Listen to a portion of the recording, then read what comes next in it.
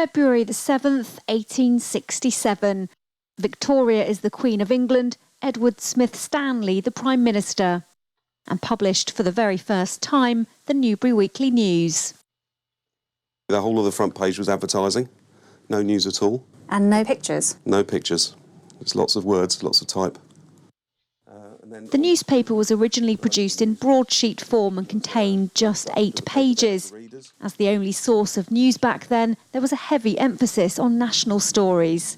And it wasn't cheap. The price back then was 3 halfpence. So how much would that be in today's money? That is the equivalent of £2.85 today. £2.85? £2.85, yeah. For a newspaper? That's right. They were very expensive.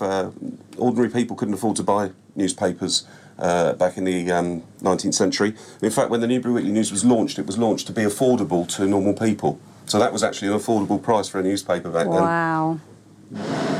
While the design and content of the paper may have changed through the years, its independence has remained solid. Printed on site using aluminium plates, each page is lasered onto the metal, which is then rolled through ink and pressed onto paper. 20,000 copies of the Newbury Weekly News are produced here every week, along with 40 other titles, including the Henley Standard and Maidenhead Advertiser, using 12,000 tonnes of paper and enough ink to fill 1 billion pens over a year. What's been the key to the paper's success, do you think?